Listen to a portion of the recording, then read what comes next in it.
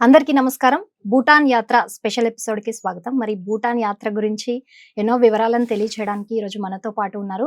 PSS మూవ్‌మెంట్‌లో 31 సంవత్సరాల సుదీర్ఘ అనుభవం కలిగి పత్రి గారి చేత హిమాలయన్ గోట్‌గా పిలువబడిన పీఎస్ఎస్ఎం యాత్ర ఎగ్జిక్యూటివ్ డైరెక్టర్‌గా నియమితులైన రామరాజు మహంతి గారు. మరి వారితో మాట్లాడి మరిన్ని వివరాలను తెలుసుకుందాము. సార్ నమస్తే. నమస్తే మేడం. సార్ ముందుగా మీకు congratulations thank you madam. PMC యాత్ర ఎగ్జిక్యూటివ్ డైరెక్టర్‌గా నియమితులైనందుకు. Thank you madam. సార్ అసలు ఈ పీఎంసీ యాత్ర అంటే ఏంటి? అండ్ ఫస్ట్ ఆఫ్ ఆల్ యాత్ర గురించి మాట్లాడదాము. పీఎంసీ యాత్రకెళ్ళే ముందు యాత్ర అంటే ఏంటి? Simple madam. మనలోనికి మనం వెళ్ళే ప్రయాణానికి యాత్ర అంటాం. యాక్చువల్ యాత్రగా. కానీ మనలోకి వెళ్ళాలనే విషయం బయట వాళ్ళకి తెలియదు కాబట్టి అప్పట్లో ఏం చేసేవారంటే గుళ్ళు, గోపురాలు, నదులు, పుష్కరాలు ఇవన్నీ హిమాలయాస్‌కి వెళ్ళి అక్కడ కొద్ది రోజులు ఉండి అక్కడ ఉన్నటువంటి మునులు, యోగులతో సహవాసం చేసి వాళ్ళు చేసినటువంటి యోగ సాధన వీళ్ళు కూడా అప్లై చేసి వాళ్ళ మీద వాళ్ళ గురించి వాళ్ళు తెలుసుకోవడం, సంసారంలో ఉంటూనే నిర్వాణం పొందడానికి ఒక బ్యూటిఫుల్ సాధనగా యాత్రని పెట్టుకునేవారు. ఓకే. సో అది యాక్చువల్ యాత్ర. యాత్ర అంటే ఏంటంటే యాత్ర అంటే బయట యాత్ర కాదు మేడం. ఇన్నర్ యాత్ర. హ్మ్. మనం లోపలికి మనం ప్రయాణం చేసి మన గురించి మనం తెలుసుకుంటాం. మనం ఎందుకొచ్చాము? ఈ భూమి మీదకి ఎందుకొచ్చాము? ఏం చేస్తున్నాం? అసలు మనం హాయిగా ఉండి కాసేపు నేర్చుకొని హ్యాపీగా వెళ్ళాల్సింది. ఎందుకు ఇక్కడ బాధరబందీలో చిక్కుబడిపోతున్నాం? హ్మ్. ఏంటి ఈ కష్టాలు? ఈ కన్నీళ్ళు ఇవన్నీ అవసరమా? పుట్టింది ఇవన్నీ తెలుసుకోవడానికా? కాదు కదా! అదేదో ఇంకేదో ఉంది. అది ఇంకేదో అనే దాన్ని తెలుసుకోవడమే యాత్ర యొక్క మెయిన్ ఉద్దేశ్యం. అంతే ఇంకేం లేదు. దానివల్ల రకరకాల అనుభవాలొస్తాయి. ఓకే. Yes madam. మరి యాత్రలో ఏ రకమైన కార్యక్రమాలు ఉంటాయంటారు? జనరల్‌గా యాత్ర అనేది ఏంటంటే సజ్జన సాంగత్యం కోసం. అది కూడా ప్రకృతి ఒడిలో. అది కూడా నది ఒడ్డున.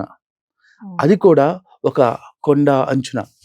అంటే ఒక కొండపైకెళ్తే బయటకి చూశారనుకోండి, ఒక ప్లేస్ అంతా విశాలంగా అనిపిస్తది. అది చూడగానే మీ కాన్సంట్రేషన్ ఏ ఆలోచన రాకుండా ఉండిపోద్ది. ఎందుకంటే ఆ విశాల తత్వం, ఆ ఆకాశతత్వం మనలోకి అబ్జర్వ్ అయిపోతుంది. హ్మ్. సో ఇప్పుడున్న సిట్యుయేషన్‌లో ఎవరిని చూసినా మనుషులనే చూస్తుంటాం కాబట్టి సింక్ అయిపోతుంటాడు మనిషి. ఎప్పుడైతే ఒక్కరోజు ఒక కొండ మీదకెళ్ళండి.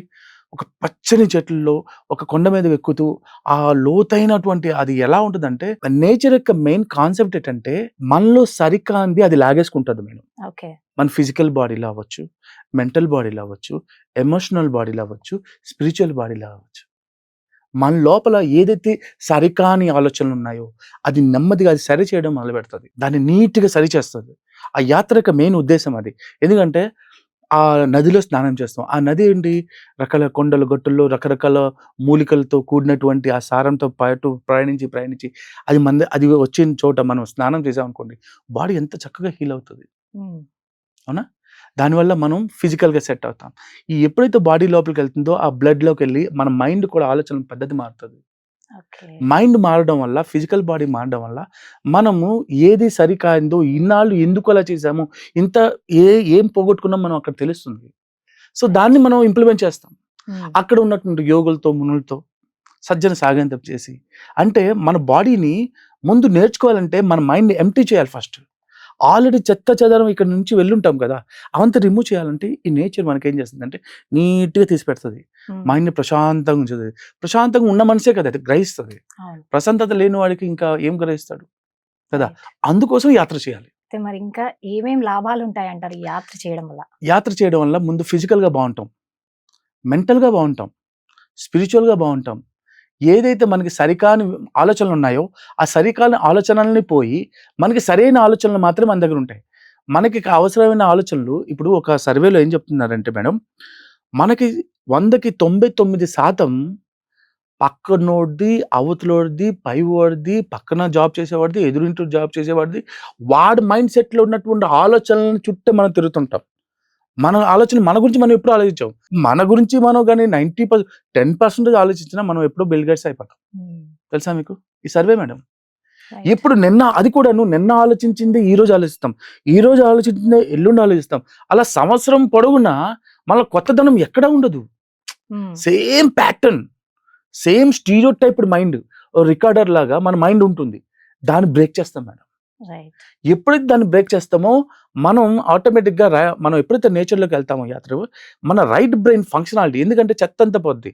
మనకు అవసరమైనవి ఏదో అని తెలుసుకోవడానికి రైట్ బ్రెయిన్ ఫంక్షనాలిటీ పనిచేస్తది. ఓహ్! ఈ పిట్యూటరీ గ్లాండ్, హ్మ్. ఈ ఈ ఈ ఆజ్ఞా చక్ర ఓపెన్ అప్ అవుతుంది.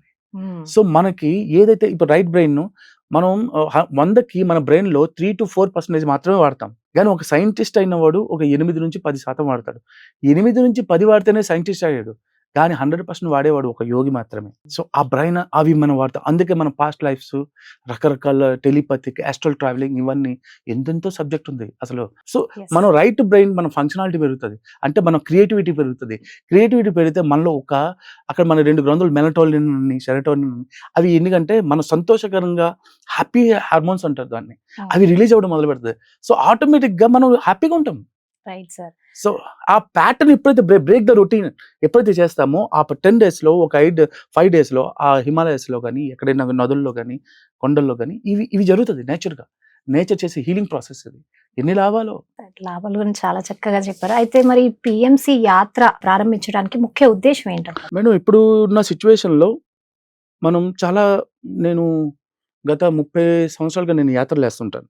ఎందుకంటే గురువుగారు రకరకాల ప్లేస్కి పంపించి అక్కడ ధ్యానం ప్రచారం చేయమంటారు. అక్కడ వెళ్ళిన తర్వాత ముడి సరుకులు మనకు మినిమం డబ్బులు కావాలి.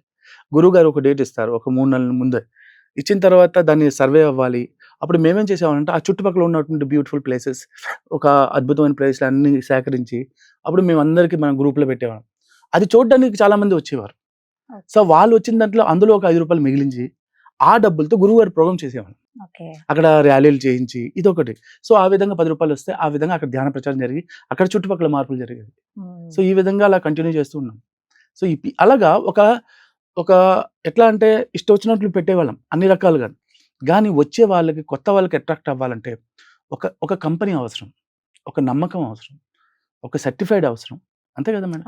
మీరు ఎవరితో పడితే వాళ్ళతో వెళ్ళరు కదా.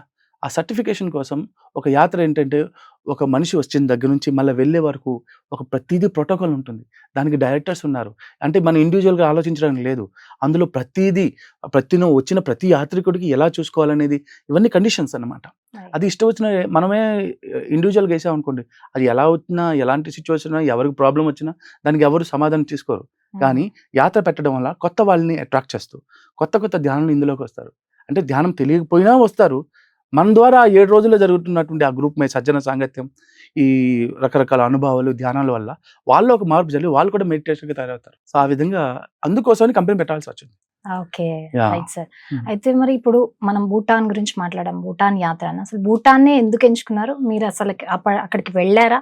వెళ్తే మీకు ఉన్న అనుభవాల గురించి కూడా మాకు చెప్పండి. నేను ఒక 18 సార్లు వెళ్ళి ఉంటాను మేడం. ఓకే. ఎందుకంటే భూటాన్ అంటే నేను ఎప్పుడు తెలియకుండానే అట్రాక్ట్ అవుతాను. అక్కడ వెళ్ళిపోతే నేను ఎంత హాయిగా ఉంటాననేది అక్కడ అన్ని కాళ్ళతో నేను నడుస్తాను మళ్ళా.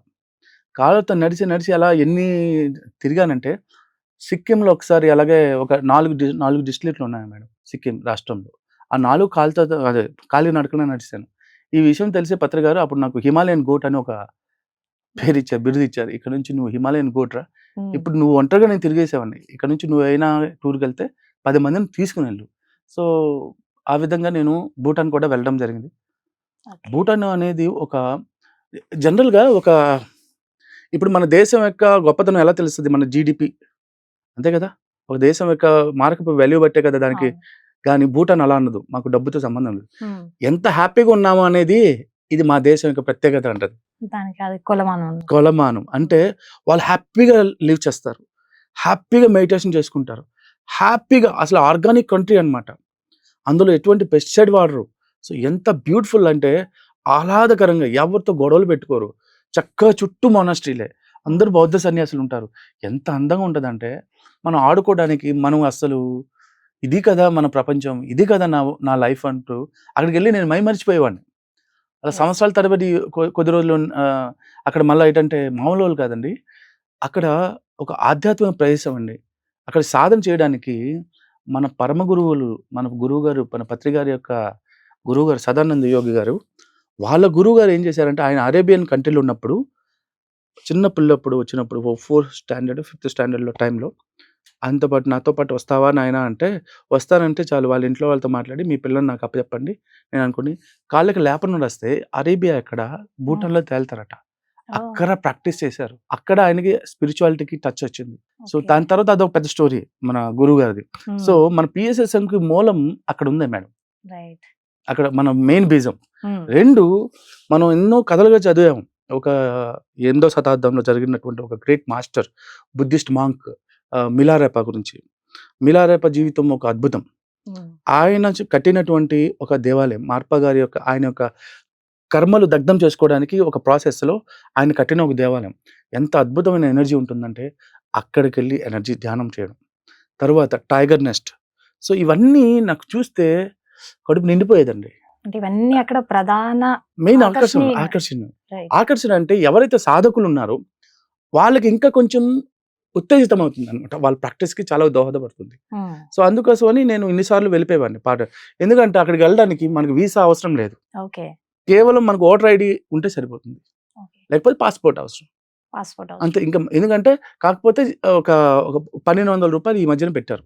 రీసెంట్‌గా 2-3 ఇయర్స్ నుంచి. మరి ఇప్పుడు చిన్న పిల్లలకైతే ఎటువంటి ప్రూఫ్స్ అయితే ఉండవు కదా సార్. మరి వాళ్ళు ఒకవేళ వెళ్ళాలి అంటే పేరెంట్స్ కూడా వెళ్ళాలి అని ఉంటే పిల్లలు ఉంటారు డిపెండెంట్ ఉన్న వాళ్ళు. అవును. మరి వాళ్ళకి ఎలా ఉంటుంది ప్రొసీజర్? వాళ్ళకి బర్త్ సర్టిఫికేట్ ఉంటే సరిపోతుంది. ఓన్లీ ఇండియన్స్‌కి మాత్రం.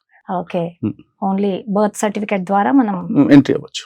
ఓకే. మరి ఇంకా అక్కడ ఇంకా ఏవే విశేషాలు ఉంటాయి సార్? అంటే మనం భూటాన్‌లో. ఈసారి కవర్ చేసేది ఏంటంటే ఒక మెయిన్ ఏంటంటే థింపు కవర్ చేస్తాం, బాగా ఎక్స్‌ప్లోర్ చేస్తాం. చాలా మంచి మంచి ప్లేస్ ఉన్నాయి. అదే థింపు అనేది భూటాన్‌కి రాజధాని. తర్వాత పునాక నుంచి మనం ఎవరెస్ట్ రేంజ్ చూస్తాం. బ్యూటిఫుల్ ప్లేస్ ఉంటుందండి. అలాగే అది హిమాలయన్ రేంజ్ అంతా మనం ఎంజాయ్ చేస్తాం.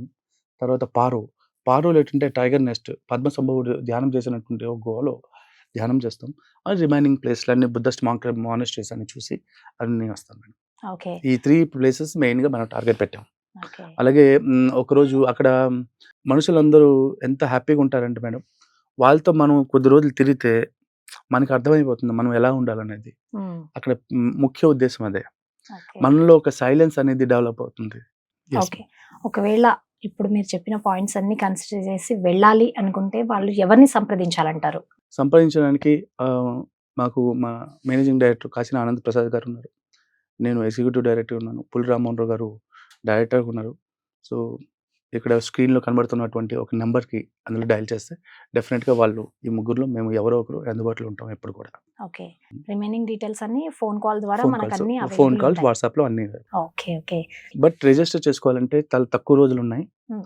మనం ఈ నెల 26వ తేదీలోపు ప్రతి ఒక్కరు ట్రైన్ టికెట్స్ బుకింగ్ అయిపోవాలి. లేకపోతే ట్రైన్ 2 మంత్స్ ముందు నుంచే ఇది బుక్ చేసుకోవాలి కాబట్టి గవర్నమెంట్ రూల్ ప్రకారం. సో తొందరపడాలి. లేదు ఓకే. ఫ్లైట్‌లో వచ్చేవాళ్ళు నో ఇష్యూ. ఇప్పుడు రిజిస్ట్రేషన్‌కి సంబంధించినవి కూడా అన్ని కంపెనీ చూసుకుంటుంది సార్. మొత్తం అన్ని పీఎంసీ కంపెనీ. యాత్ర నుంచే అంటే ఇవన్నీ. ఆ పీఎంసీ యాత్ర ఏం చేస్తుందంటే వెస్ట్ బెంగాల్‌లోని సిలిగుడి అనే ఒక ప్లేస్ ఉంది. ఆ ప్లేస్‌కి ట్రైన్‌లో వచ్చేయాలి. ఓకే. అది ఎన్‌జేపీ స్టేషన్ అంటారు. లేదు అనుకుంటే ఫ్లైట్‌లో వచ్చేవారు బాగ్‌డోగ్రా అంటారు. ఎయిర్‌పోర్ట్ ఉంది. సో ఎక్కడి నుంచైనా రావచ్చు. ఓకే. Yes madam. అండ్ ఇప్పుడు ఇదంతా ఆల్ ఓవర్ అంటే ఇప్పుడు తెలుగు రాష్ట్రాలే కాకుండా ఎక్కడి నుంచైనా కూడా ఎవరైనా రావచ్చు మేడం. ఓకే. ఎవరైనా రావచ్చు. థ్యాంక్ యూ సార్ మాకు డీటెయిల్స్ అందించినందుకు. Thank thank you you so much. Thank you madam. చూసారు కదండి, ఇది భూటాన్ యాత్రకి సంబంధించిన డీటెయిల్స్. ఎవరన్నా ఇందాక సార్ మనకి మెన్షన్ చేసినట్టు అక్కడ ఆకర్షణీయమైన ప్లేసెస్ కావచ్చు, అక్కడ మాక్స్కి సంబంధించి చాలా చాలా డీటెయిల్స్ ఎంతో క్లుప్తంగా సార్ ఇవ్వడం జరిగింది. ఎవరైనా ఇంట్రెస్టెడ్ వాళ్ళు ఉంటే కింద కనిపిస్తున్న నంబర్స్కి మీరు కాల్ చేసి డీటెయిల్స్ తీసుకోండి. అండ్ ఎవరైనా ఇంట్రెస్టెడ్ ఉంటే ముందుగానే రిజిస్ట్రేషన్స్ చేసుకోవాలి. దీనికి ట్రావెల్స్కి సంబంధించి మరిన్ని డీటెయిల్స్ కూడా ఈ నంబర్స్లో ఏ ఒక్క నంబర్కి కాల్ చేసినా మీకు పూర్తి వివరాలు అనేవి మీకు ఇవ్వడం జరుగుతుంది. ఇది ఇవాల్టి భూటాన్ యాత్ర స్పెషల్ ఎపిసోడ్. మరో ఎపిసోడ్లో మళ్ళీ కలుద్దాం. అంతవరకు నమస్కారం.